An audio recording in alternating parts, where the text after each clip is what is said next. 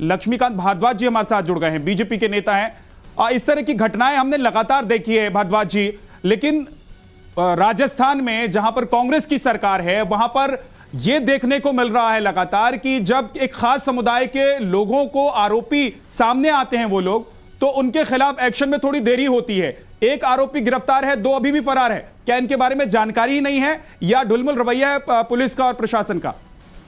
देखिए, ये तो आप लोगों ने दबाव बनाया, विपक्ष ने दबाव बनाया, भारतीय जनता पार्टी ने बनाया, तब एक की गिरफ्तारी कर ली, वरना कांग्रेस का पद चलता, इनकी सरकार का पद चलता तो उसको भी गिरफ्तार नहीं करते।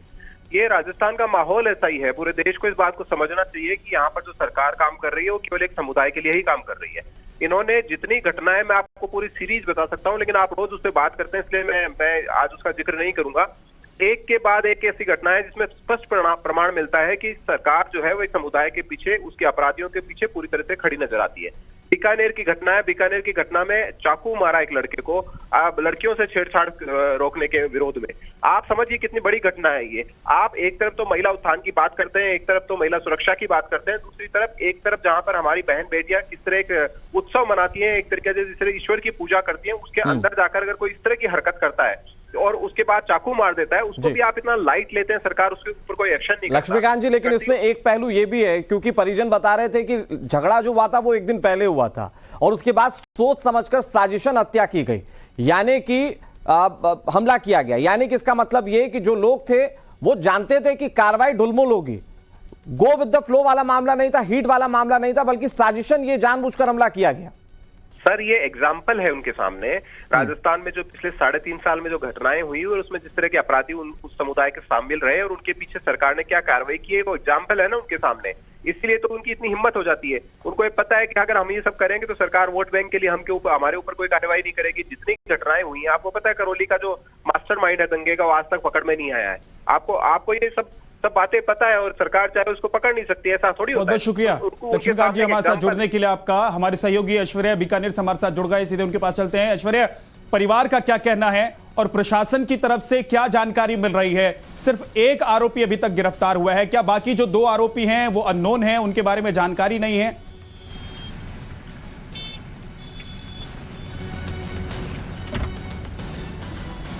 देखिए, परिवार इस समय पूरी तरीके से स्तब्ध है। जिस तरीके की हालत लगातार मधुसूदन मोदी की है, क्योंकि उन पर एक दिन के बाद हमला किया गया था। एक दिन पहले ये घटना घटी थी 30 तारीख को, और 1 तारीख को हमला किया गया था। वो भी सोची समझी साजिश का आरोप परिवारजन लगा रहे हैं। उनका कहना है कि 4 से 5 लड़के इकट्ठे हुए, फिर उसके बाद मधुसूदन मोदी के ऊपर जानलेवा हमला किया गया। कुछ जो अन्य साथी थे उनको भी चोटें आई हैं। लेकिन जो चौंकाने वाली बात यहाँ पर पुलिस के ओर से नजर आ रही है, 5 से 6 दिन हो चुके हैं और सिर्फ एक गिरफ्तारी अभी तक हुई है। जो 2 लोग अन्य एफआईआर के अंदर दर्ज हैं वो अभी तक फरार बताए जा रहे हैं। पुलिस का हालांकि कहना है कि इन्होंने 1 से 2 लोगों को अभी डिटेन किया है और उनसे पूछताछ कर रहे हैं और उनके बिहाफ पर अब इन्वेस्टिगेशन को आगे बढ़ा रहे हैं और आज शाम तक शायद वो और भी गिरफ्तारियां कर दे, ऐसा उनका कहना है। लेकिन इस तरीके की बातें को नकारते हुए जो मधुसूदन मोदी हैं, उनके पिता का आरोप प्रशासन के ऊपर,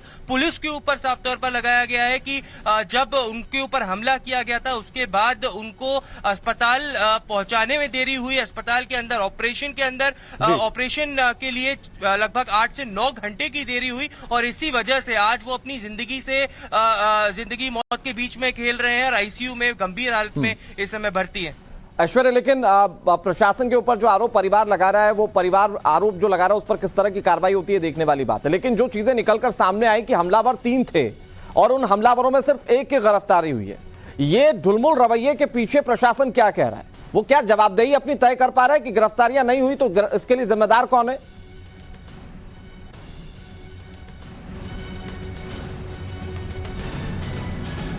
देखिए, 1 तारीख के बाद ये आज 6 तारीख है, यानी 6 दिन बीत चुके हैं और सिर्फ समीर नाचसा जो मुख्य आरोपी है उसको गिरफ्तार किया गया है। शाहरुख पठान और जुबेर पठान, ये दोनों अभी भी फरार बताए गए। जब हमने सीधा सवाल आज सीओ सिटी, जो इनके जुरिडिक्शन में पूरा मामला आता है, उनसे पूछा तो उनका साफ तौर पर कहना था कि हम पूछताछ कर रहे हैं, कोई भी अभी तक हमें ठोस स्टेटमेंट देने वाला व्यक्ति नहीं मिला है, क्योंकि जो मधुसूदन मोदी है वो अभी बोल नहीं पा रहा है, आईसीयू में है, तो उसका स्टेटमेंट हम नहीं ले सकते। मुख्य तौर पर टालने की कोशिश उन्होंने हमारे जवाबों की करी। उन्होंने कहा कि एक नाबालिग को उन्होंने हालांकि डिटेन किया है, लेकिन और उसके गवाहों के बिहाफ पर हम आज और भी गिरफ्तारियां आज शाम तक करेंगे। लेकिन अभी तक जो ऑफिशियल जानकारी हमें पुलिस के द्वारा निकली है वो सिर्फ एक गिरफ्तारी, 6 दिन बीत चुके हैं, 2 लोग अभी भी फरार हैं और पुलिस ये 3 लोग थे। इन तीनों के बारे में पुलिस के पास क्या जानकारी है? एक तो जो समीर है उसके बारे में ये भी कहा जा रहा है कि वो उसका पुराना रिकॉर्ड था, क्रिमिनल रिकॉर्ड। बाकी 2 जो लड़के हैं उनके बारे में और क्या जानकारी है? क्या उनका भी क्रिमिनल रिकॉर्ड है या फिर वो समीर के साथ यहां पहुंचे थे और क्योंकि पूरा प्लान करके पहुंचे थे इसलिए समीर इन दोनों को अपने साथ लेकर पहुंचा था?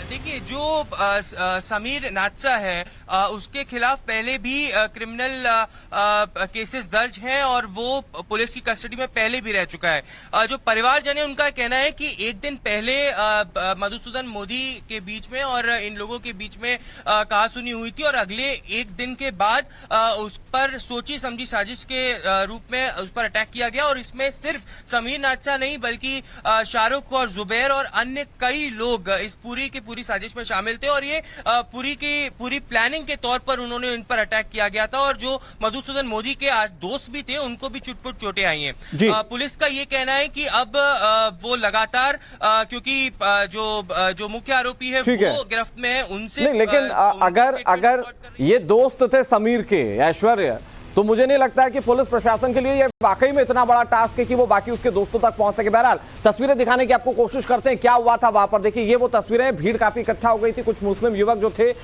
विद्या, जैसा कि हमने नाम बताया अपने दर्शकों को, वो यहाँ पर मौजूद थे और उसके बाद मधुसूदन वहां पर इनके हत्थे चढ़ जाता है। जब वो बाहर निकलता है तो उसके ऊपर हमले कर दिए जाते हैं। लेकिन ये भीड़ की तस्वीरें जिसमें आप देख सकते हैं कि पूरा घटनाक्रम क्या है। बिल्कुल, और देखिए इनका मनोबल कितना बढ़ा हुआ था। इनको पता था कि ये क्राइम को अंजाम देंगे, वहां से निकल जाएंगे और बहुत कुछ इनका बिगड़ने वाला नहीं है। इसलिए इनको शायद इस बात का अंदेशा नहीं था कि ये इतना बड़ा मामला हो जाएगा, मीडिया का दबाव आएगा और पुलिस को इन्हें गिरफ्तार करना पड़ेगा। हालांकि एक ही गिरफ्तारी हुई है, लेकिन इस भीड़ को देखिए और समझिए कि भीड़ में घुसकर चाकू से हमला कर देना, पहले छेड़छाड़ की वारदात को अंजाम देना, लड़कियों को छेड़ना, गरबा में घुस जाना और उसके बाद फिर भीड़ में घुसकर 3 लड़के आते हैं, भीड़ में घुस जाते हैं और भीड़ में घुसकर एक शख्स को चाकू से गोद दे देते हैं, हमला करते हैं और उसे घायल कर देते हैं। भीड़ वहां पर मौजूद है, लोग उसे पकड़ने की कोशिश कर रहे हैं, लेकिन ये तीनों लड़के यहां से भाग जाते हैं और भाग जाते हैं। उनमें से अचानक सिर्फ एक हाथ आता है और उसके बाद देखिए ये जो तस्वीर है ये रोंगटे खड़े कर देने वाली तस्वीर है, क्योंकि इस वक्त मधुसूदन जो है वो बेड पर है। बिल्कुल, जिंदगी और मौत के बीच जंग लड़ा। ये तस्वीर आप जो देख रहे हैं ये दरअसल परिवार की तस्वीर है और कहा जा रहा है कि परिवार भी दहशत में। लेकिन फिर उस भीड़ की तस्वीरों को जरा देखिए, कितने लोग मौजूद है वहां पर। लेकिन ये शायद अपराधी जानते थे कि उनके ऊपर शायद इस तरह से कड़ी कार्रवाई नहीं होती, या फिर उनका मनोबल काफी बड़ा हुआ था कानून व्यवस्था को देखकर, और शायद यही वजह थी कि इतनों की भीड़ में भी उन्होंने मधुसूदन पर हमला कर दिया। ये तस्वीरें हम आपको लगातार दिखा रहे हैं। जो